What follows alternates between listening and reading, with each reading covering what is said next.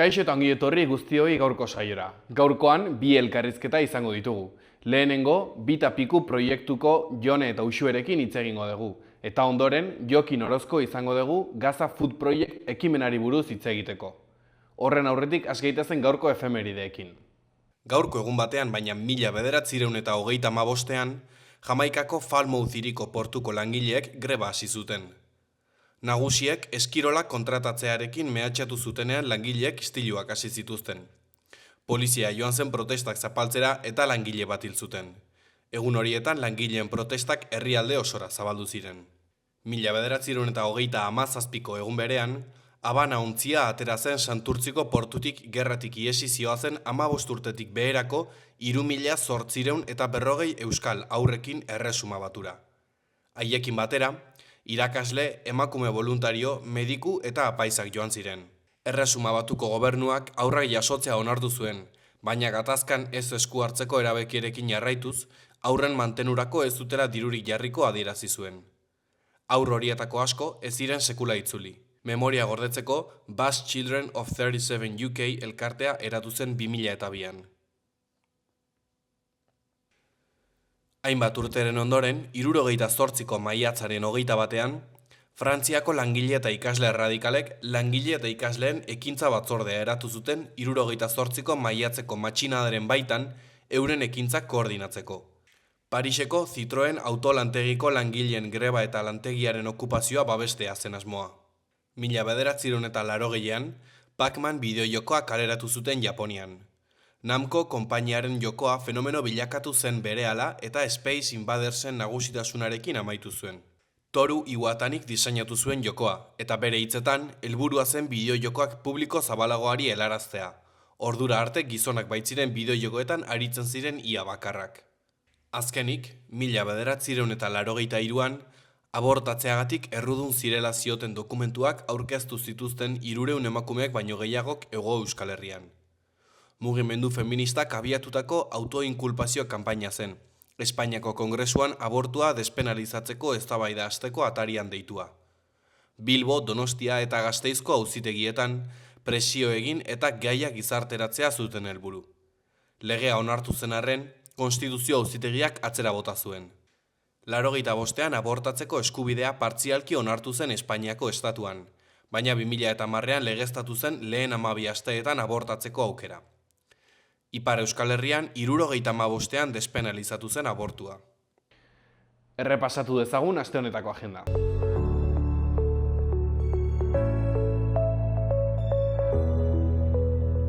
Ostegunean, emakume idazleak beren literatur ikonoen aurrean, Brenda Navarro, Agota Kristofen atzerritartasuna, Kondestable Zibiboxean 7.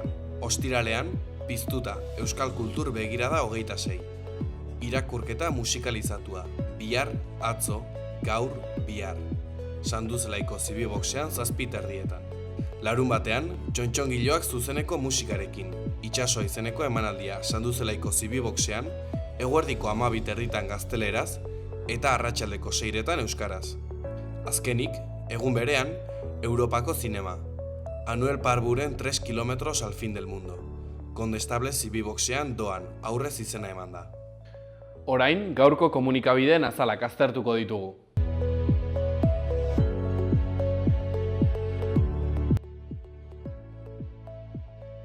Diario de Noticias egunkarian horrela dio lerroburu nagusiak. 3 urtean 133 handitu dira kontsultak Nafarroako osasun zentroetan. Lehenengo puntuan, azken hamarkadan gaixotasun kronikoak dituzten pazienten kopurua 142 handitu da.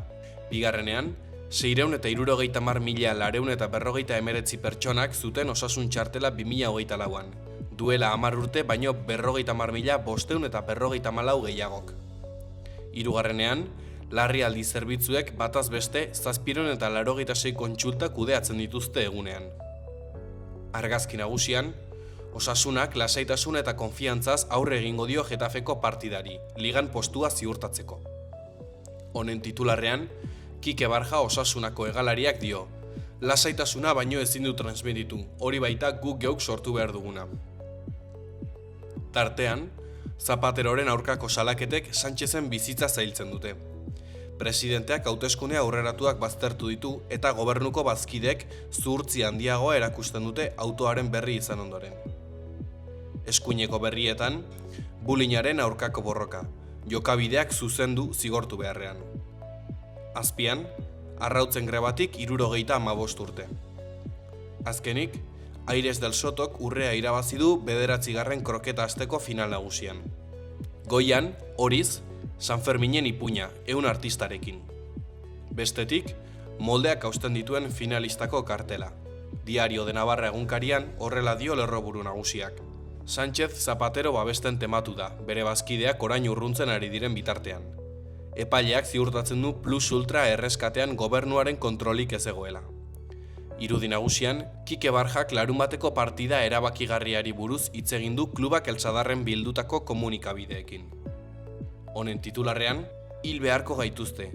Barja kapitainak eskatu du Getaferako konfiantza osoa izan dezaten haietan.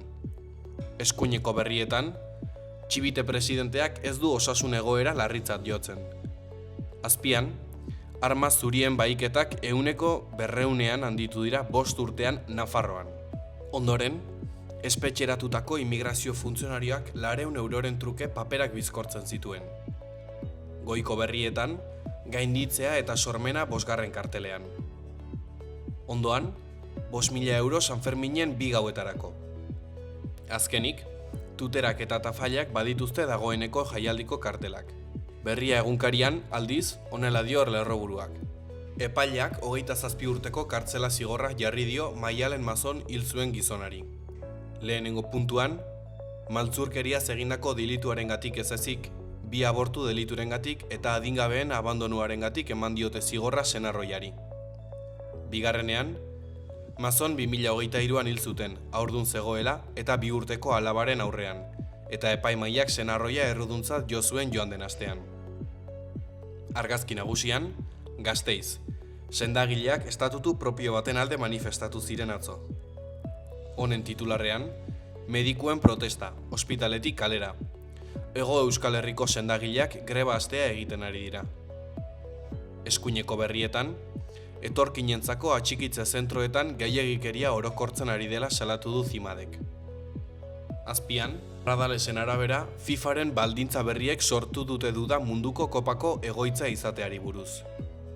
Jarraian, Raúl Castro Kubako presidente ohia inputatu dute Ameriketako Estatu Batuek, hilketa leporatuta. Beheko berrietan, Euskararen aurkako atzeraldi antolatu bat indarrean dela salatu duelak. Sindikatuak txosten bat argitaratu du Euskaldunen hizkuntz eskubideen aurkako oldarraldi judizial eta sindikala azaltzeko. Ondoan, Txina eta Errusia aliatu eta adiskide. Goiko berrian, Angela Vilariño autogidariak dio. Lehen ebakuntza egin zidatenean, pentsatu nuen ez nintzela berriz ere lehiatuko. Gara egunkarian horrela dio lerroburu nagusiak. Ameriketako Estatu Batuek Kubaren aurkako erasoa areagotu eta Raúl Castro auzipetu dute. Duela 30 urte 2 hegazkin txiki eraisteak aitzakia gisa balio dio Washingtoni Kubari presio areagotzeko. Kubaren gobernuak eraso militar baten ergelkeria justifikatzeko urrats berri bat salatzen baitu. Argazki nagusian, flotillako kideekiko tratu ankerrak nazioartea asaldatu du. Itamar Ben-Gvir ministro israeldarrak zabaldutako bideoak nazioarteko gobernuen haserrea piztu du. Gazako sarraskiek edo preso palestinarren aurkako tortura sistematikoek eragin dutena baino handiagoa. Beheko berrietan, turismo zergetarako gehiengoaren laguntza. Azpian, Mikel Larrea, Konfekoopeko zuzendariak dio. Zailtasunak gainditzeko gaitasuna erakutsi dugu. Beheko berrietan, Xi Putin bilera. Moskupekin ardatza indartzen da energia oinarrizko zutabe gisa hartuta. Ondoan, inputazioa. Sánchezek Zapateroren alde egin du eta Feijok lapurreta erabatekoa hitz egiten du.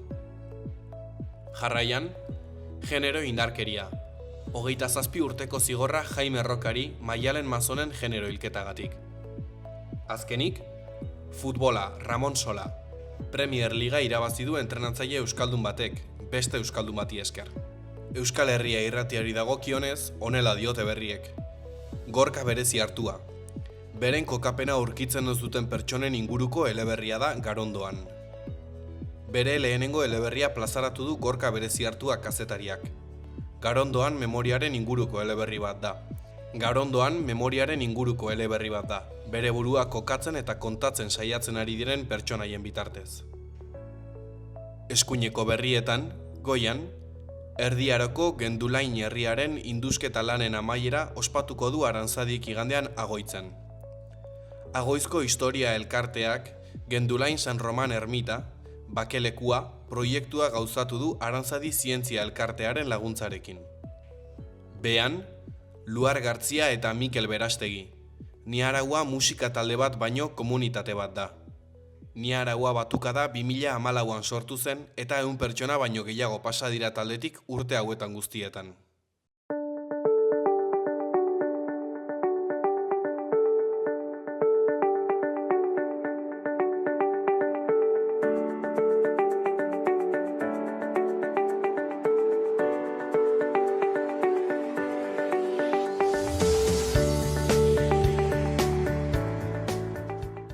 Kaixo eta ongi etorri gurera, Uxu eta Jone, zer moduz?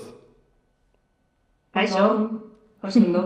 Bueno, ongera aipatzen gagoeneko gaur, egun berezia dela zuntzako, aipatzen zu eguraldi ona eta betek bat, bi eta piko esan behar nuen, bi eta piko elkarrizketa batera dakartzuelako. Bi eta piko aipatuta, hitza emango dizuet. Zer da bi eta piku? Bueno, 3 lagunen arteko serigrafia proiektu bat da, duela 2 urte inguru hasi zana eta hementxe jarraitzen dugu. Izena, bi eta piku, kuriosoa da, 3 izan da. Zergatik aukeratu zenuten izen hori? Ikusten duzunez, ez garelako inoiz 3. Osea, beti falta da norbait zozetarako, gauza bat besterako, orduan, bi eta piku. Gainera, gustatzen zitzaigun bai pikuan simbologia eta ikono bezala eta... Hasieran, aipatu duzu Uxue duela pare bat urte hasi zinetela, proiektu honekin hasi zinetenean, ze zentzurekin edo ze asmorekin hasi zenuten proiektua? Nik uste dut beti izan garela sormen asko lantzen dugun lagun talde bat, askotariko proiektuak egin ditugu sormenari lotuta, eta gogo pixkat genekan zerbait berez isau gaiteko, kasu honetan serigrafia, kamiseten kontuakin hasi ginen, eta bazan bai gure aisialdiaz gozatzeko beste modu bat, ez? Beti oso bideratuta egoten da kontsumora eta pentsatzen genuen denbora libreaz disfrutatzeko aukera politxa zala 3 elkartu eta sormenari eskaintzea gure denbora. Hala ere, zuen webgunean sartuta, produktu dexente daude hor. Noiz eman zenioten martxa proiektuari eta noiz, ez dakit egondan egun bat ez esaten dena, gaurretik aurrera hasiko gara horrela, baina astetik ez denbora librean egiten den zerbait, hori dagoen webgunera badago hor denbora tarte bat lan egin dezuena. Bai, jondo pixkanaka, hasieran ekagun diseinu bat edo bi edo lan, eta, azkenera pixkat gure artean lantzen diseinua eta serigrafia munduan sartzen tablan, eta pixkanaka jonda gazten, eta potolotzen, eta orain diseinu pila bat ditugu. Eta oin hori kudeatzen saiatzen da. Igual hasieran espektatiba zehatzi barik hasi ginen, jakin barik nora iritsiko zan hau, kontuan hartu eta aspertzen garen momentuan, naskatzen garen momentuan listo, hau hasiera baten disfrutatzeko hasi da eta ez negozio bat izateko, hortaz hori buruan eukita seginen poliki-poliki eta ikusiko noraino iristen garen. Zeinek bota zuen lehenengo ideia, lehenengo aldiz esan zuen, ostras, kamisetak egiten hasi behar gara, serigrafia egiten hasi behar gara? Hori esaia esaten ez. Poteoan edo guazen momenturen baten, edo juntan ginen momenturen baten, nik uste harri asko kapitzu dutela ekintzaietza hortarako ideiak. Monta behar da guztakize, edo egin behar da guztakize, eta guri gertan zaiguna da gero itxen dugula. Beti izan gara oso fantasia zaleak, eta beti ideia, eta ez genduen esan taberna bat zabalduko dugu, baina posible esan. Beti pentsatzen, zer ringo dugu, eta beti fantasia hartzen. Bitapikuren proiektuan okerrez banabil, bestela zuzendu, gehien bat, kamiseta dituzue, baina badaude produktu gehiago baita ere. Nola egiten da proiektu horietako bat hasieratik bukaerara, nola izaten da prozesua? Nola izaten da prozesua? Lehenengo behar dugu ideia bat, zerkatu nahi dugun mezu bat edo gustoko dugu iruditegi bat, horrekin saiatzen gara diseinu bat egiten eskuz, eta gero diseinu hori moduren baten eraman behar dugu euskarri fisiko batera. Gure kasuan kamisetak, sudaderak, poltsak, eta ikusiko dugu zer gehiago hemendik aurrera. Eta kontua da dena egiten dugula guk, hasieratik bukaerara. Orduan, lehenengo diseinua eta gero jazten da serigrafiaren prozesua, pantaila sortu. Bueno, sortzen dugu serigrafiako pantaila, azkenean dela diseinua marrazkia eramatia serigrafiako pantaila batera, gero hortikan tinta pasau eta estanpatu alizateko. Eta gero ja azten da pixkat produkzioa, kako txertean produkzioa. Eta askotan egoten dira bai aldaketak kolore aldetik, edo kamiseta euskarri mota aldetik, edo, bueno, gero orkuten gara pixkatu bai. Hemen dakako adibidez pantaila bat, erdi ezabatuta ja.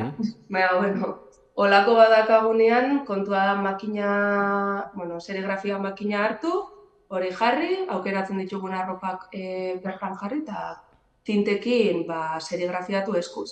Orduan horrek baditu bere arriskuak beti ez da ondo irtetzen, ez da gauza bat 100% ziurra, giruan dagoen temperaturak edo tintaren dentsitateak edo oihalak berak baldintzatzen daben prozesu bat da, orduan sarri arratsalde baten posible da ezer ez eitzea edo dana gaizki eitzea. Bai, eta karo, gaizki irtetzen dira zenia, kamiseta horiek ja ez dute balio, bueno, bere arriskua badaka esku zitzia gauzak eta... Hau bada frustrazioa fudeatzen ikasteko proiektua. Bueno, eskuz egiteak ere, aipatzen duzu badituela bere alde txarrak eta bere desabantaiak eta arriskuak, baina zer du berezi eskuz egitea eta dena zuek pertsonalki egitea? Bereziak gana da, nik uste dut bestara ez nagoela ingo. Gustatzen zeguna da... Esku lanak esan bat, baina bai, esku zitzia gauzak, eta horregatxik hasi izan, da horregatxik pentsatu gara serigrafia erabiltzea. Ez digutzen graziarik gugutxea diseinu bat eta bidatzea beste norbaiteak produzitzera edo, ez egan zentzurik aukiko. Ez, eta berezia da norberak sortutako produktu bat esku artean eukitzea. Horrek ditun akats edo berezitasunekin. Eta bai, Jonek esan dau, eskulana gustatzen jaku gure denbora librean gauzak eitxia. Izan pantaila bat, izan marrazki bat, eta nik uste dut bizitzan momentu batetik aurrera nahi barik olako gauzak eitxiari lagatzen detzagula, orduan izan da hori berrartzeko bide bat, bai. Bai, eta guai egoten da, pixkat kudeatzea guztiz ondo atatzen ez dianean, edo pentsatu behar ganean produkzioa beste modu baten zelanen, gure artean bai horreri berten bideak eta ateratzea, guai dago. Ze zailtasun izan zuen prozesu guzti honetan, kamisetaren prozesu honetan, kamiseta jartxea edo poltsa duena delakoa. Zein da momenturik zailena, momenturik arriskutsuena, edo zer da gehien kostatzen zaizuena prozesu honetan? Askotan izaten da, pantaila ondo itxia, azkenean pantaila ez bada ondo egin da ez da ondo aterako, eta batzutan pantaila itxiaren prozesu hortan bai arazoak egoten dira, behar dalako iluntasuna, behar dalako materiala ondo egotia, kontu handia aukitzea prozesu guztian, orduan hor egoten dira katxak. Eta gero nik uste dut beba, igual beste alderdi batetik, gure arteko dinamikak pixka suspertzea batzuetan, beti ez gauz berdin, askotan ez dakagu gogorik lokalera etortzeko, edo eukibaldin badugu garai bat oso lanpetuta ibili garela bestelako kontuetan, batzuetan lagatzen dugu proiektua apur bat, eta ez hori bizi berritu behar da, eta beti batasun horretan egotia, eta danok aktibo eta hori behizaten da erronka batzu. Eta zein da prozesuan gehien disfrutatzen duzuen zatia?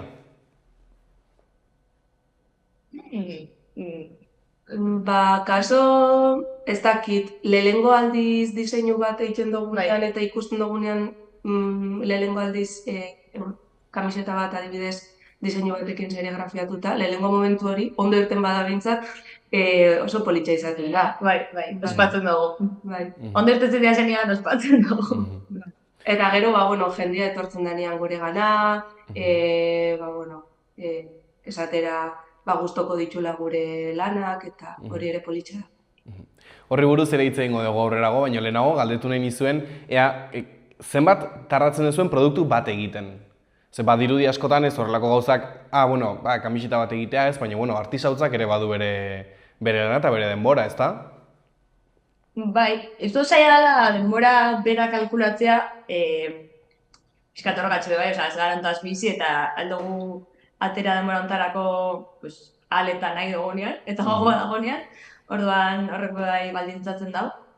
Baina, karo, diseinuaren arabera, bai, prozesu guzti, dakagu diseinu bat, dakatela bi kolore adibidez, beste batzuk bat, bi kolore dakatenek, bi pantalla behar dituzte, Bikoiztu egiten da. Bai, prozesu guztia bi aldiz, gaina dakagu, bai, diseinu bat, dakatena aurrien etatzean serigrafia, pantalla handia eta pantalla txikia, eta, bakoitzakin jateko dugu desente. Egia, etxen dugu bakoitzean, etxen dugu zela serie txikiak, igual kamiseta bakoitzeko 10 edo. Bai. Itxer jartzen garen bakoitzean, baina bakoitzakin jateko dugu. Pare bat egun, prozesuan bertan, serigrafiatzeko prozesuan pare bat egun, bai, eta aurreko fase hori, pantailaen beste egun bat ondo irtetzen bada, eta igual zatirik luziena diseinatzeko momentua, ze igual nik diseinatzen dut, baina gero Joneri ematen detzat, Jonek beste ukitu bat, gero 3 elkartu. Azkenean 3 pertsona gara eta 3 euki behar dugu gustoko diseinu hori, orduan saiatzen gara pixkat, gainera bakoitzak nahiko gustu desberdinak edo ditu, orduan saiatu behar gara bateratzen hori. Hortaz, gutxienez, prozesu mekanikoakin 3 egun gehi diseinua. Bai. Eta, gero ere nik uste dut hor kontuan hartu behar dela, plantxatu, etiketatu, hori beguk egiten dugu, argazkitxukunak atera, sare sozialetara igo, webgunera igo, bidalketak prestatu, bidalketak egin, hori guztia. Ez diot, batzutan ere... Ez dugu erantzun guztiz, baina... Batzutan ere ez dela ikusten ze lan egoten den gauza bakoitzaren atzean, eta gaur egun hain azkar doan guzti honetan, dena edo hain azkar, sentitzen duzue, ez soilik zuen kasuan, serigrafian edo modan, orokorrean artisautzak beste balioa bat hartu duela? Bai. Alde batetik, zerbait esklusiboagoa dalako, kakotxe artean bai. Usatzen zaizkizun diseinuak eta lortzeko aukera dagoelako lan. Baina, nik uste dut eskulanak hartu da bela beste bastaketa garrantzi bat, edo ez nozunean eskuzindako zerbait, hori, dana nahiko bakarra edo, ilusio gehiagokin hartzen dozula, eta ilusio gehiagokin gordetzen dozula, eta zaintzen dozula. Eta beti egongo da jendea ez da bena ikusten, ez? Eta etorriko dana esatera ez dakize marka edo ez dakize kateko kamiseta batek balio ditula 3 euro eta ia gureak zergaitiko 25, ez? Eta, kasu horietan ez dakit pedagogia egiten hasi behar garen gu, edo, baina, beti egongo da ulertzetan jendea, eta beste batzuk, balio handixen goten ditzen. Ez dakit jendeak ikusi dituen zuen diseinuak, baina espaldin baditu ikusi, ni gomendatzen dut Bitapikuren webgunera jutega, gonez begiratzen, eta ikusi dut mezu askok ere badutela bere ironia, komedia edo dibertsio puntu hori. Ze bilatzen duzu horrekin? Mezu konkreto batzuk iristea, eta, gure bezeroak edo gure kamisetak eramaten da jendeak eramatea mezu hori eraman edabelako, eta... Nik uste dut alderdi estetiko hori bilatzeaz gain, ez hori garrantzitsua da, eta gustoko zerbait nahi duguin, baina beti dakala balio erantzi bat sartzen baldin badugu guk nahi dugun mezu militantea, edo humore gutxu hori, edo zerbait aldarrikatzailea, nik uste dut horrek ematen diola balio erantzi bat ez produktuari. Eta gu eroso gauz, zentzu hortan, bestela nik uste dut oso utxala iruditzen jakula produktu bat, gure kasuan. Badago Josus, atzeitaterako, badago zuenetan, atzeitaterako ditza? Diseinuren bat, Jesus. Badezue diseinuren bat zuen proiektua bereziki identifikatzen duena? Ez dakit. Nik uste dut badauzela diseinu batzuk arrakasta gehiago edo gutxiago eduki dutenak esparruka edo. Adibidez gure herrixan, Eibarren, badau diseinu bat bereziki arrakasta eduki dabena dalako bertako kantu herrikoi baten letra. Vale. Letra pixkat forma desberdinetan plasmatuta, ez? Zenbaki, izki, dana dalako. Beste leku batzuetan, badago beste bat sortzailei begirakoa, ez? Sortzaileak besteko aldarrikapen horrekin, bestetik badauz mezu feministak tartean kontatzen dugu Estatu Batuetako emakume astronauta baten historiatxo bat, nik uste dut sektoreka edo funtzionatzen debela batzuk hobeto edo okerra, baina beti saiatzen gara behintzat gure ideiekin edo gure balioekin bat datozen diseinuak sortzen. Bai, uste dut, danak englobatzen dabela pixkatzea mitapiku. Bai hori izan duzun bezala, batzuk komedia pixka sartzen dutelako, beste batzuk herriko gauzak, ikuste dut danen englobatzen dabela ondo danek batera.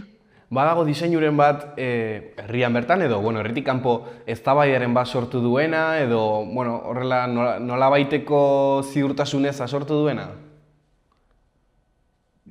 Gugak egunez ez. Egisa ez garela larregi arriskatu gu izateko eta ezagutzen gaituenak badakizelakoa garen, ez gara gaiztoegi ibili, nahiko, lasai ibili gara eta igual aldatuko da asuntua ez dakite, baina, nik uste dut lan gauza polemik hori guk dakigula behintzat ez dala egon. Bestela prest entzuteko, Hori ere galdetu nahi nizuen, mezuak jartzerakoan eta bilatzen dezuenean diseinua, mugatzen dezue zuen burua edo ze puntutaraino edo nola erabakitzen dezue hori? Claro, bai, nik uste bai. Gure burua momentuan ez, baina gero bai pentsatzen dugu, proiektu honekin aurrera jarraitu nahi baldin badago gauza batzuk igual ez dugu lain, o beste modu bat egin behar direla. Hori da pixka gure arteko eztabaidatxo bertan. Bai, egisa momentu honetan hori da gure arteko eztabaida. Hau bai edo ez, edo gehiegi da, edo nik uste dut hori ere divertigarria dela, ez? Eta akaso horrek bultzatuko gaitula modu berrixak bilatzera, eta... Bai. Igual mezu berdina beste modu bat pentsatu behar dugu zelarin markak jarraitzeko aurrera. Hor da, Eztabaidak aipatzen dituzuela horre... Lasai gabiz. Bai, esan markatu? Ez, ondoz lasai gabiz, bebe. Ados. Ni pixka bat txintxatzen ator orain, eztabaidak aipatzen dituzuela, imaginatzen dut, lagunak ere bazeratela lehenagotik aipatzen zuen poteo batetik atera baldin bada ideia hau, harreman bat badago. Nola kudeatzen duzue, eztabaidak, desadostasunak, imaginatzen dut egongo direla eta izango dituzuela, nola kudeatzen dira lagun artean, baina aldi berean, proiektu elaboratu batean? Errez. Ez dugu edukitzen eztabaida handirik, ez gara haserretzen, eta tentsio apur bat sortzen baldin bada, nik uste dut sustraietara bueltatu behar garela, osea, pote hori. Hasiera batetik gara laguntalde bat oso ondo eramaten dana orokorrean, ulertzen dana, eta igual desadostasunak dauz, argi eta garbi, baina gero ulermen batera heltzen garela. Eta, egin handi baten horregatik sortu dugu proiektua, ezin proiektu bat lagunekin, baldin badakizu ez adela ondo eramaten, edo baldin badakizu arazo batzuk ezin direla kudeatu ondo. Bai, eta iparra ere argi eukitzen, guk azkenean hau sortu gendun, ondo pasatzeko eta denbora libre hori beste modu batera aprobetxatzeko, baina ere argi dakagu momentu baten honek sortu albaldin bada, gure artean haserriak egotea edo bestelako arazoren bat, hau bukatzen da eta kitxo, ez? Lagunak izaten jarraitzea asmoa. Bai, Aberastu behintzat ez gara hengo, hortaz laguna behintzat mantendu. Imaginatzen dut, okerrera ez, baina proiektu honek zuen harremana nolabait aldatu du? aldatu ez dira esango.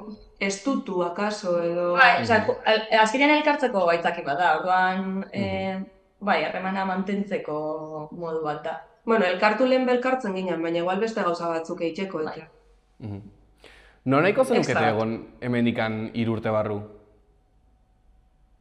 Bueno, jubilauta. Beleze xamarra gara, Gara urte baten dana hankasgora jartzeko gai gara. Bueno, urte baten edo gutxiagoan. Kaso, Bakoitzak bere bizitzan askotan Bai. ditu aldaketak, así que, auskalo. proiektu bezala ez dakigu. Lagunak izaten bai, behintzat. Espero, Zaila da marka Baina txiki... Zaila da marka txiki independientea izatea? Baldin badakazu helburu bat hortaz bizitzeko, bai. Noan ez da gure helburua, sin más. Osea, gaina aurten auki dugu salmenta gora bera asko, produkzio gora bera asko, igual hilabete baten ez dugu ezer saldu. Bueno, ez que helburuen arabera, suposatzen dut.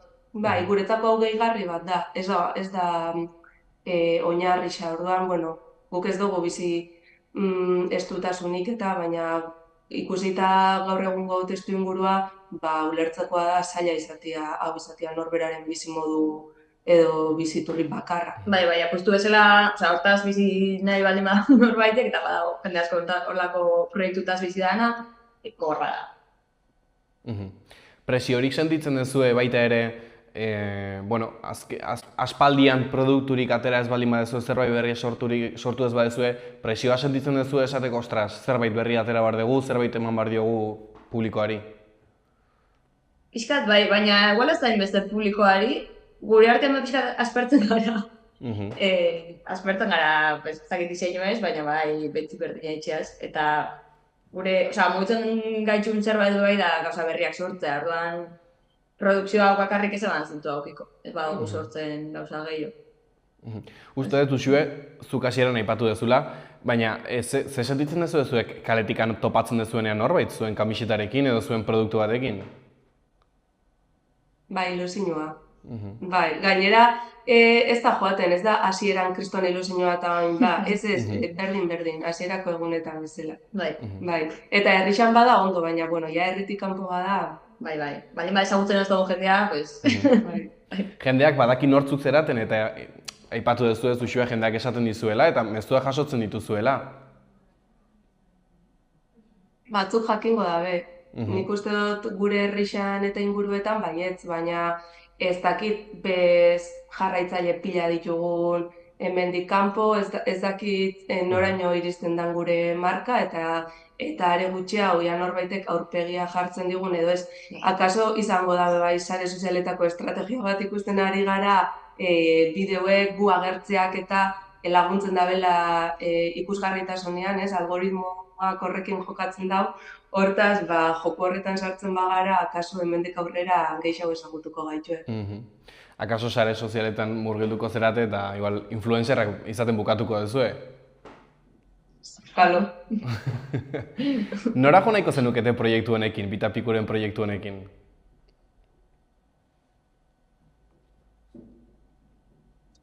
Ez da, hola, helburu... Ez dakit.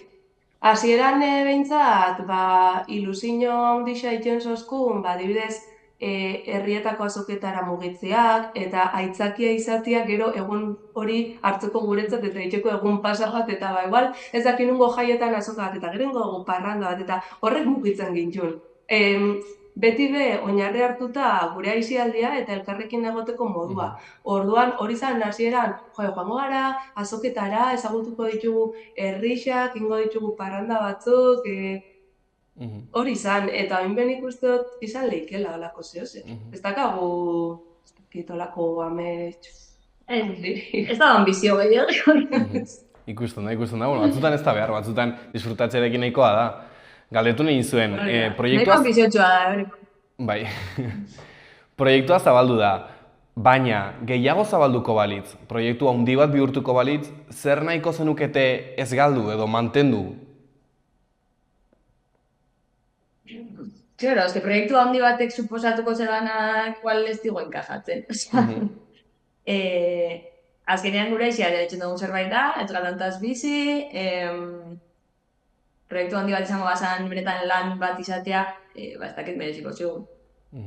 Akaso hiruren arteko bati bai, baina dakite. Nik uste dut ikusita zelakoa garen eta ze azkar aldatzen ditugun ideiak eta planteamenduak eta igual berehala hasiko gara honekin zerikusirik ez dakan beste proiektu batekin. Orduan, zerbait handixagoa egiten baldin badugu, arrisku handixagoa da. Bai. Hau erabakitzen baldin badugu momentu batetik bestera aldatzea, eta bueno, ja, itxiko dugu pita-piku eta baina hasiko gara, dakit, gure falta dana momentu batetik bestera arotza da, edo hortan dago eta psikologiatik zetorren, hortaz, ez dakit, hori lehen esan dutena, beleta xamarrak gara eta akaso zenbat eta proiektu handixagoa orduan eta zailtasun gehiago gero aldatzeko edo lotura gehiago gutxienez. Gaur egun, zuen bizitzetan proiektu honek ze leku du edo, ze suposatzen du zuentzako proiektu honek? Badaka, lekua, azkenean gure asteko plangintzan eta asteburuetako plangintzan eragina daka, eta denbora kudeatzeko, planak egiteko, nik uste dut, pisu handia dakala. Bai, da pixkat, zait konparaketa hona da, baina pixkat musika talde badakan norbait bezala. Osa, geratu behar zara ensaiatzeko, geratu behar zara gero kontzertua jotzeko, gure da berdina, geratu behar gara produkziorako, sortzeko, eta geratu behar gara azoketarako, orduan. Bai, eta gora beratxoa izan aldala hori ere, hilabetean arabera edo astearen arabera edo, aldatu leike konpromiso maila hori, baina presente badau. Eta, kontuan hartuta, bestela be, espazio pila bat eta denbora pila bat partekatzen ditugula hiruron artean, bita-pikutik aparte, azkenean, igual ari gara kuadrillako beste batzuekin bazkaltzen, baina kasu irtetzen da bita-pikuren gaia eta takit une oro dago horrez, gure parte da. Bita-pikuk kamisetak, sudaderak eta poltsak egitetik haratago zer defendatzen du? Zer defendatzen du, markak berak. Eskerrak ezen itun galdera zainak.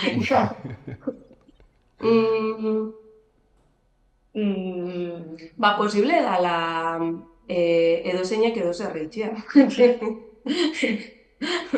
Bai, guke ideia handirik ez genekan, zer zan serigrafia, Jone hasi zan hortan eta gu ere sartu ginen, baina ideia handirik barik, eta oin be igual ez dakago, gehiagi. Bai, defendatzen dugu pixkat gogoaren badakaz oso zeitzeko, jarri egiten. Egin behar dela, eta bizitza aktibo bat euki behar dela, zaletasunak eta pasioak euki behar dirala, ze ikusten dugu jendia bizi dela, ez dago egiten hori, lanera, buelta, igual kirola, proiektuak eta ametsak eukin behar dira aktibo egoteko eta ilusioak mugitzen gaitu, orduan hori garrantzitsua da. Esan dezuen hau hartuko eta azkeneko galdera botatzeko. Norbaitek horrelako proiektu bat edo edonolako proiektu hasi nahiko balu, zer esango zeniokete eta zein esango zenukete izan beharko lukela lehenengo urrats hori? Alde batetik aldala egin, oso diru gutxikin, beharrasuna da denbora, normalean. Denbora eta gogoa, eta bakazu denbora eta gogoa, jarri ditzen. Askotan ez da behar ez hasieran dirua jartzea edo oso gutxi bintzat.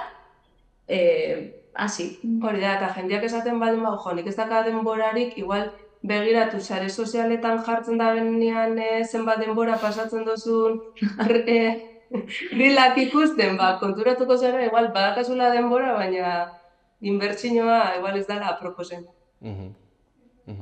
Ados, mi esker bioi etortzeagatik, ez dakit bukatu baino lehen beste zerbait aipatu nahiko zenuketen? Gure sare sozialak jarraitzera animatu nahi dugu jendia, bertan ditugu gure produktuak, azokak non izango diran eta bestelakoak, eta horixe, listo. Mi esker behi etortzegatik, adi biliko gera, ea aurrerago beste proiekturen bat sortzen duzuen, eta hurrengora arte. Bale, agur. Agur! Ireki zeure negozioa martxan dagoen baten abantailekin. Negozio bat ireki nahi duten pertsonak eta bere esku aldatu nahi dutenak elkartzen ditugu. Laboral Kutxa.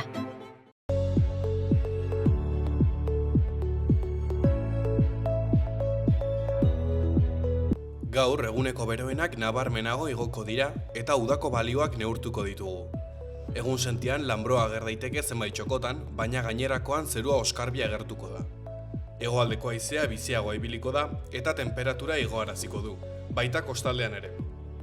Orokorrean 30 graduak gainituko dira. Minimoak ere zertxobait igo daitezke. Ostiralean ere zerua oskarbi egongo da eta bero handia egingo du. Egun sentian lanbro apur bat ager daiteke eta temperatura minimoak altuagoak izango dira. Arratsaldean bero hodei batzuk ager daitezke barnealdean, baina ez dute ondoriorik izango. Temperatura maksimoak 30-35 gradu artean ibiliko dira eta beroa izango da protagonista. Ekialdeko eta hego-ekialdeko haizea ibiliko da, indar handirik gabe. Gauean litekeena da haizeak mendebaldera egitea kostaldean, bolada gogorren batekin.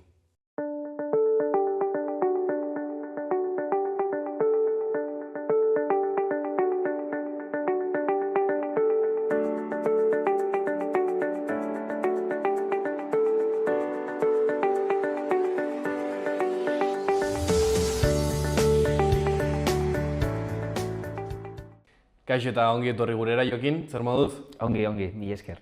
Gaurkoan proiektu interesgarri eta garrantzitsu baten inguruan hitz egitera zatoz, Gaza Food Project, hitza emango dizut, hobeto azalduko dezuta zer den, beraz, Jokin, zer da Gaza Food Project?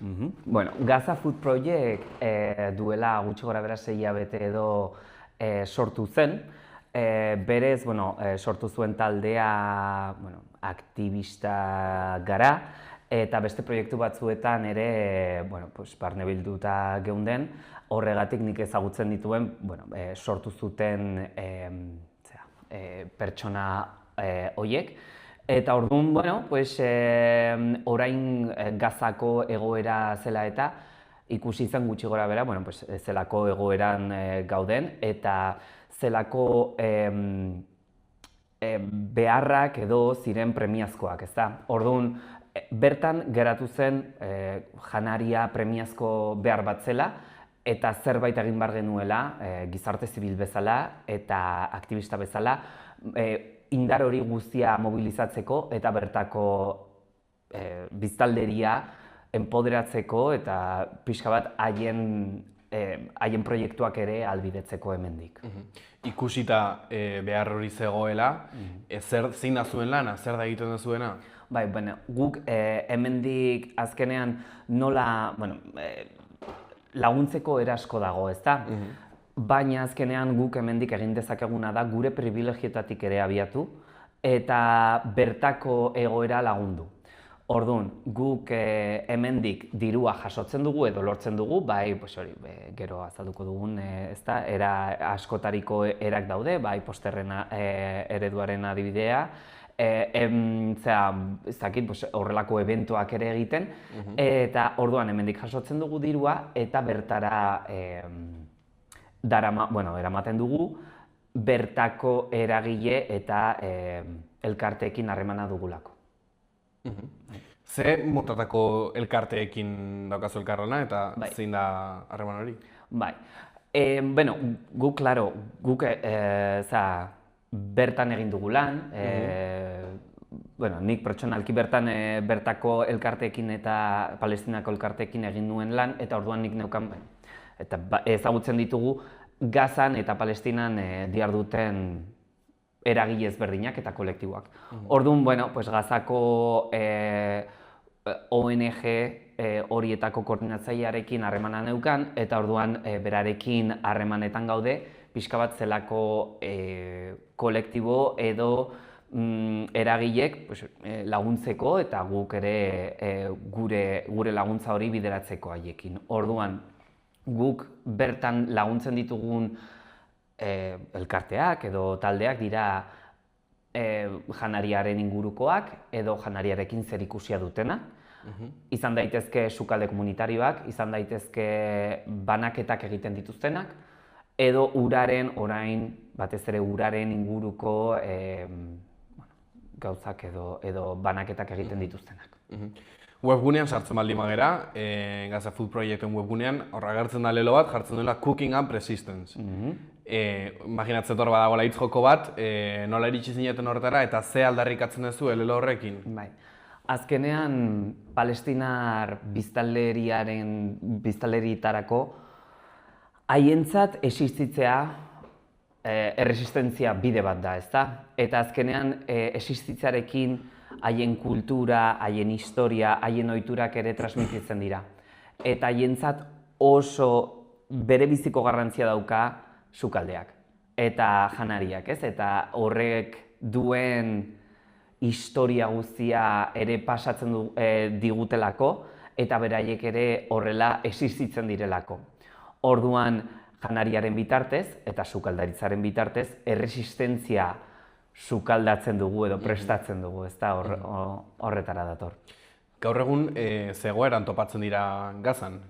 Bueno, egoera latza eta larria, ez da, ez dugu behar jakitea zehazki gertatzen den baizik eta, bueno, ja genozidio bat atzean daramate eta jarraitzen duena, blokeoa eta sitioa jarraitzen duena, ez bakarrik orain, baizik eta urte askotatik eta belaunaldi askotatik ere bai.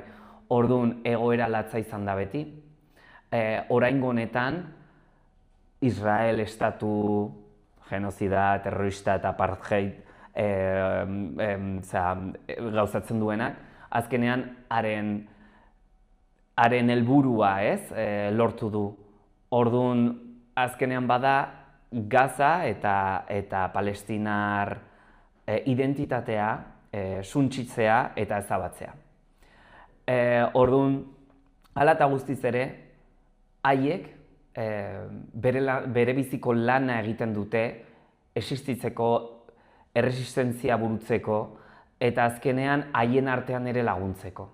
Eta horretaz kontziente izan behar dugu, azkenean hemendik gauza asko egin daitezkelako, baina beraiek betidanik hori jorratu dute eta hori ere lagundu behar dugu, ez da erresistentzia horretan lagundu behar dugu. Hemendik gauza asko egin daitezke, baina beraiek aspalditatik lan hori egin dute. Zuek hemendikan babestu eta laguntzen dituzuen elkarte horiek, han eguneroko beraien bizitzan zer rol jokatzen dute, ze paper daukate? Bai, beno, ateratako diruarekin gutxi gora bera, 20 elkarte edo talde lagundu ditugu. Ez da gutxi? Ez da gutxi. Claro, azkenean, talde hauek badira haien komunitateko nolabait erdigunea eta, ez? Azkenean laguntzen dutenak eta erreferente moduan dihardutenak. Asko, esan beharko, emakumeak dira. Emakumezko talde asko dago, batez ere haiek ere sukaldeko lan hau egiten dutelako, ez da? Eta haiek direlako ohiturak, historia eta bere biziko garrantzia duten hildu hauek pasatzen dituztenak. Orduan, beraiek dira komunitate horretako erdigunea. Eta azkenean zainketa horretan ere dihardutenak. Janaria haien bizitzan gaur egun biziraupena baino gehiago bihurtu da? Bai, noski beti izan da.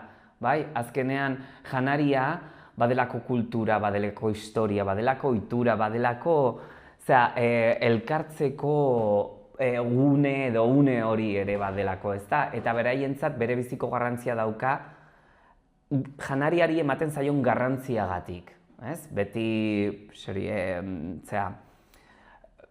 arabiar kulturan eta beti badago janariaren garrantzia, ez? Eta jasotzeko eta zerbait emateko ohitura hori azkenean badela haien izaera eta haien pertsona eta haien kultura erakusteko erabat. Aipatu duzu ze elkarte mota laguntzen duzen, horien artean sukalde komunitarioak. Nahikoa da sukalde komunitario bat inguruko komunitate guztia mantendu eta zaintzeko? Ez, baina, klaro, horretan egon barko litzateke, Palestinar gobernu bat, edo Gazako autoritateak, baina orain edo komunitate nazioarteko komunitatea ez daude. Orduan, naiz eta egoera horretan, beti ere badaude nolabait kimu hauek, eta azkenean,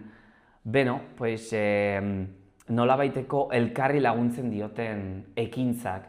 Orduan, argi eta garbi ez da nahikoa, argi eta garbi beraiek gehiago egin behar dugu haienganako, baina haiek ere nolabait laguntzen diot elkarri eta azkenean horretan jarraituko dute. Aspaldidatik egin dutelako eta horretan jarraituko dutelako. Biltzen dezuen diru hori, nola bidaltzen da area? Bai, guk naiz eta elkarte txiki bat izan, baditugu hori badugu egitura bat eta egitura horren barruan baditugu bestelako prozesuak alde batetik, bolondres izateko, badago formakuntza bat bezala, gero guk dirua hemendik jasotzen dugu eta gero beste elkarte batetik Gaza Food Project sortu zuten hauetatik badago beste elkarte bat. Elkarte honek egiten duena da dirua jaso, Suizan dago, orduan dirua jasotzen dute eta beraiek handik banatzen dute. Zergatik Suizan eta zergatik elkarte honen bidez. Batez ere errazago delako bertatik dirua mugitzea eta batez ere Israelgo estatuak diru hori ez blokeatzeko. Orduan, guk gero dirua jasotzen dugunean, bertan gordetzen da, kontu honetan, Suizako kontu honetan, eta gero badugu elkarte hauek laguntzeko beste prozedura bat, non ikusten dugun, banaketak egiten dituztela, ez dela bakarrik haien onurerako, eta orduan ematen dira nolabaiteko mikrokredito batzuk, fakturen bitartez edo arrezibuen bitartez funtzionatzen dutenak. Orduan, beraiek badugu nolabaiteko verifikazio prozesu bat eta gero errezibo hauetatik guk bidaltzen dizkiegu dirua gastu horiek nolabaiteko estaltzeko.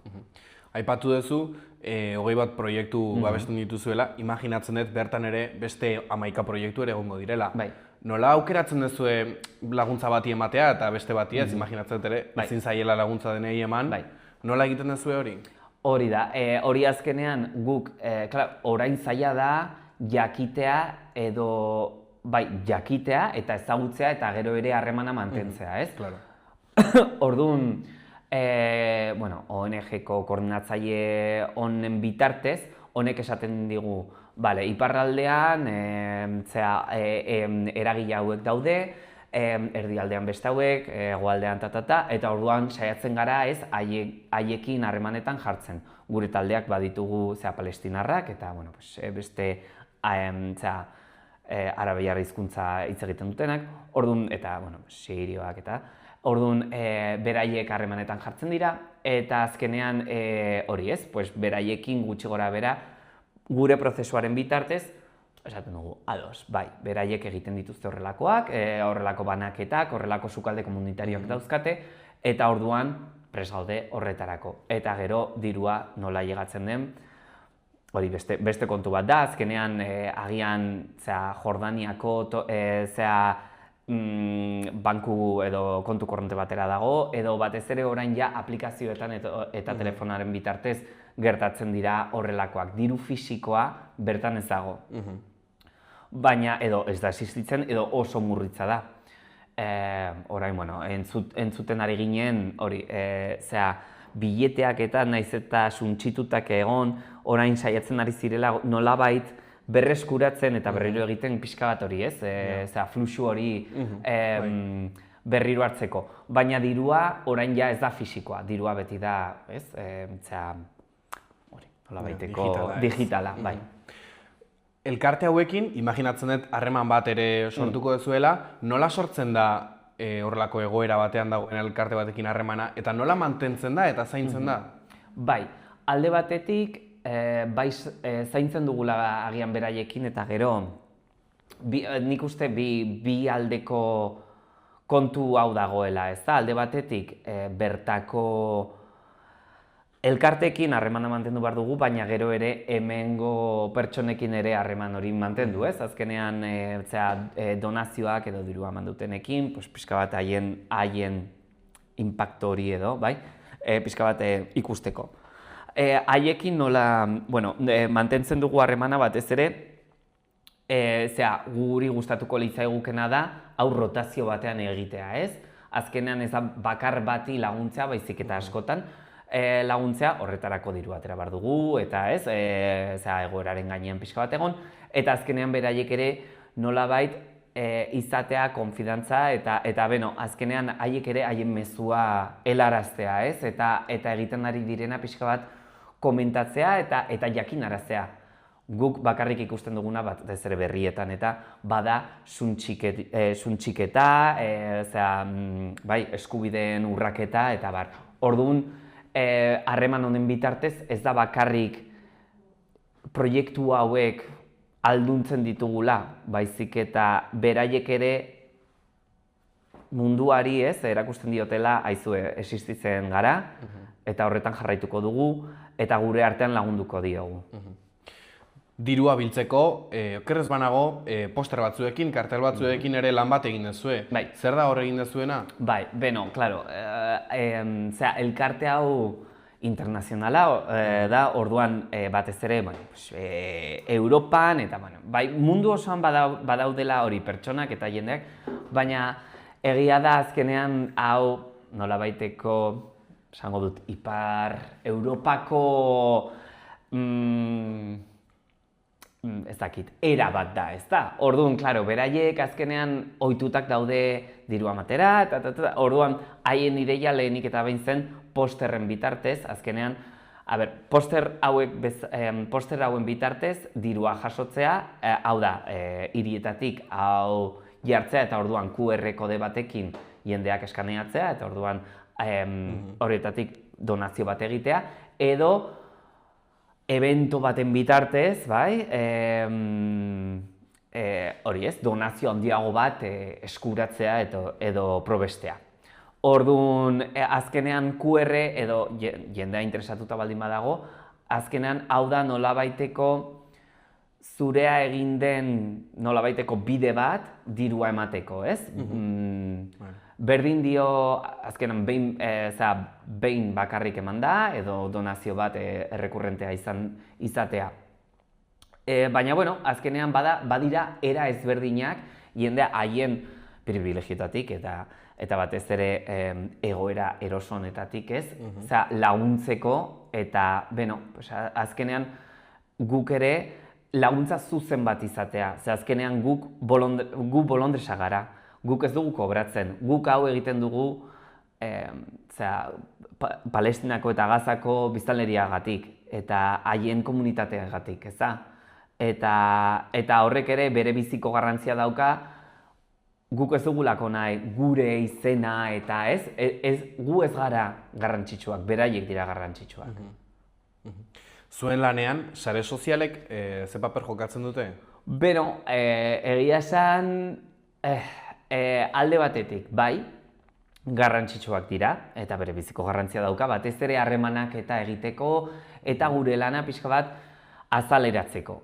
Hala ere, eta eztabaidak egon dira, eta elkarrizketak batez ere, guztiok gutxi gora bera, hildo beretik goazelako.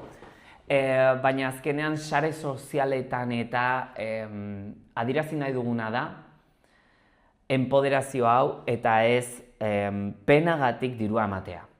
Orduan, sare sozialetan guk badakigu umeen irudiak azaltzen baldin badira edo jendea hori, ez? Pitxerrekin nola janaria eskatzen. azkenean horrek saltzen du, baina zelako prezioa dauka, ez? Azkenean egiten ari garena da, edo egiten ari ginatekena zen, saldu irudi hori guk zerbait jasotzeko. Eta ez da hori azaleratu nahi duguna eta erakutsi nahi duguna. Kontrakoa azaldu nahi dugu, bai? Azkenean, beraiek zer egiten duten, nola antolatzen diren, eta zelako ekimenak aurrera eramaten dituzte genozidio batean. Hori da azpimarratu nahi duguna. Galdera bikoitz bat egin nahi nizun orain. Hemen bertan, Iruñan, Nafarroan, Euskal Herrian, zer egin dezakete horrelako elkarte txikiek, lokalek, jabeek, eta zer egin dezakete bestaldetik herritar arruntek? Era asko dago, ez da? Azkenean nik uste Gaza Food Project eta horrelako ekintzak eta ekimenak badira nolabaiteko sistema ustel honetan eta eskubideen urraketen sistema honetan azkenean pizzadurak eta zirrikituak aurkitzen ditugu elkarri laguntzeko, ez? Eta azkenean hauek geroz eta handiagoak egiten dira. Eta sistema hori apurtzea lortzen dugu. Orduan, alde batetik, bai, noski, manifestaldiak, Palestinaren inguruko informazioa beti ere jakitea, azkenean guk ere, bai pertsonalki, politikoki, eta gizaki bezala, jakitea non kokatzen dugun gure burua. Eta horretan ere ekitea. Eta gero ekimenetarako asko dago. Bai, alde batetik, bai, nola lagundu. Adibidez, orain flotillarekin eta dagoen kontua, bai, eta gobernuei eta udaletxeei eta elkartei eskatzea zerbait egitea, ez? Baina gero ere bestelako ekintza zuzenak ere badaude. Eta azkenean, Gaza Food Project nik uste bada, ez ezagunetariko bat, ze azkenean guk ez duguna nahi da, gure fama ez dugu hori bilatzen baizik eta nola lagundu. Orduan, horrek ere badu bere buelta. Baina batez ere azkenean norbaitek egin nahi baldin badu zerbait horrela eta bere laguntza zuzenean ailegatzea Gazara, hau bada aukera bat eta egin dezakete bai donazioen bitartez, bai hilabeterako donazioak egiten edo festa baten bitartez eta diru hori guztia bertara bidaltzea. Zuen lanean, kostatzen zaizue emozionalki prestatuta egotea honetarako edo frustrazioa sentitzen duzue batzuetan? Nik uste guztiok gizaki garen horietan, batez ere, bai frustrazioa gai honen inguruan eta gainean sentitu dugula impotentzia, amorrua, eta garrantzitsua da gero ere emozio horiek izatea azkenean ikusten dugulako hori ez delako bidezkoa eta horren kontra egiten dugulako, ez? Barrutik gainera. Eta gizarte bezala. Ezin dugu mundu horretan bizi, ez? Baina hala nik uste ohitutak gaudela nolabait azkenean lan edo inguru honetan esperientzia dugulako. Orduan, azkenean egoera honen aurrean lan egin dugulako, baina gero ere nolabaiteko positibismo eta poztasun hau beti ere gailendu behar du. Azkenean bestela irazten duena badakigulako zer den, ezta? Orduan, bai, baina azkenean emozio hauek guztiak nahiz eta positiboak edo negatiboak izan, emozio hauek beti laguntzen gaituzte aurrera egiten. Eta zerk ematen du indarra aurrera jarraitzeko eta laguntzen jarraitzeko? Izan daiteke konbikzio pertsonala edo soziala eta gure ingurukoa, baina azkenean bada guztiok zerbait egin dezakegula, eta azkenean hori, sistema hori apurtzeko eta Palestinaren askatasuna lortzeko, ez? Bide asko dagoelako. Eta azkenean horretan ekin behar dugu. Zure ustez, Jokin, jendeak Gazan gertatzen ari dena urreneko gatazka bat bezala ikusten du? Nik uste urte askoz bai izan dela, orain nik uste ja ezin dela ukatu. Nolabaiteko urrunetik edo ez, beti Afrikan gertatu da edo bertan ez, beti gatazkak daude. Baina nik uste ikusi dugulako gure sistemak, eta batez ere, Europako sistemak eta bertan gaudela, ahalbidetzen duela egoera hori. Eta azkenean, zelako inplikazioa historikoak, politikoak, sozialak izan dituen hori ahalbidetzeko. Eta orduan ja ailegatu gara momentu batera non hori ezin den ukatu. Ja ezin da estali, ja ezin da ezkutatu, ja badakigu ez, eta gu parte izan garelako horretan. Orduan ja apurketa bat gertatu behar da, ezta? Eta ja azkenean, geroz eta azken aldi honetan, adibidez, flotillaren bitartez, baina gero ere Eurovision, festa horren bitartez, parte hartzea ukatu egin zaiola, eta bestelako adierazpen politiko, sozial, eta batez ere, bai, Euskal Herri mailan, estatuan eta Europan geroz eta adierazgarriagoak dira. Eta nik uste batez ere egoera honek ja ez duela atzerako bueltarik ikusi duguna batez ere hedabidek galdu egin dutelako nolabaiteko egiten zuten propaganda eta gezurkeri hori galdu egin dute eta guk jaso duguna gizaki eta gizarte bezala ezin dugu onartu eta urte askoz onartu egin da. Hala ere, orain bada gure laguntza erakusteko garaia eta batez ere Palestinaren bitartez gu ere askatzeko. Oraintxe bertan, Gaza Food Proiekten lehentasuna zein da? Gaza Food Proiekten lehentasuna orain janaria da. Bai adibidez orain bai uraren inguruan kezka handia egon da, batez ere sistema guztia apurtu egin delako, eta orduan, uraren beharra badagoelako, batez ere orain ja uda partean sartzen garen honetan, baina batez ere orain nolabaiteko beraiek badakite egoera hau luzerako doala. Eta azkenean, guk ere ikusten dugu nolako erantzuna izaten duten gobernuek eta zelako intentzioak dituzten. Orduan, orain beraiek nolabait berreskuratu nahi dute normaltasuneko egiturak. Eta horiek zer dira? Osasuna, hezkuntza eta janaria, gutxi gorabehera. Orduan, orain bai premiazkoa izan dela janaria, baina gero ere elkarteetatik jasotzen ari garena da nolabaiteko normaltasun batean murgildu nahi dutela naiz eta suntxikeri horren barruan egon. Orduan, orain adibidez, bai batez ere osasunaren bitartez eta hezkuntzaren bitartez janaria ere eskaini daitekelako, ezta? Orain adibidez egoera batez ere umeentzat eta zaila da azkenean urte asko galdu dutelako eta ez bakarrik hori, baizik eta jasandako trauma eta egoera oso latza izan delako, ez? Eta honek izango duen eta eragingo duen egoera mentala eta ez, trauma hori nola landu behar den.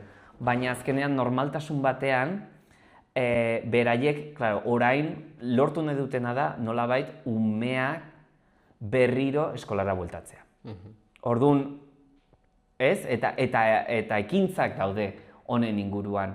Eta berriro batez ere hori, ez, umetasun honekin berriro konektatzeko eta orduan agian bertatik dago bidea naiz eta egoera horretan egon.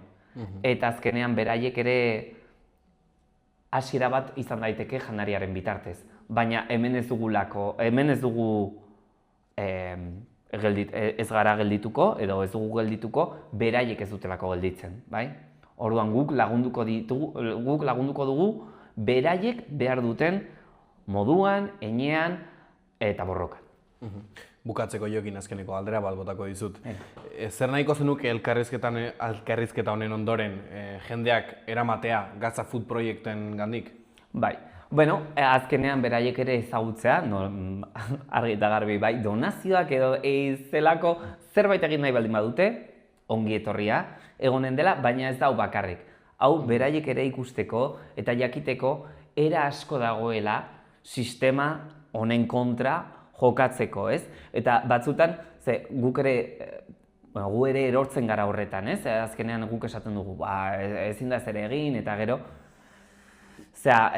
pentsamendu ezkor honetara jotzen dugu, baina era asko dago eta jende asko dago, eta ez bakarrik hemen, baizik eta han, ez? Gazan bertan eta Palestinan, eta zelako erresistentzia egiten duten. Eta hori jakitea ere bere biziko garrantzia dauka. Azkenean, beraiek salbatuko dutelako bere haien burua. Bai? Eta orduan, kausa justu bat delako, eta gu humanizatzen gaituelako, horretan jardun behar dugu. Mi esker Jokin gure etortzeagatik, ez dakit bukatu baino lehen beste zerbait batu nahiko zenukeen. Listo, bai, horrela ongi. Mi esker baita ere egiten dezuen lan guztiagatik, nola ez, eta hurrengora arte. Bai, mi esker. Ireki zeure negozioa martxan dagoen baten abantailekin. Negozio bat ireki nahi duten pertsonak eta bere esku aldatu nahi dutenak elkartzen ditugu. Laboral Kutxa. Hau izan da gaurko saioa, mila esker gurekin egoteagatik eta bihar arte.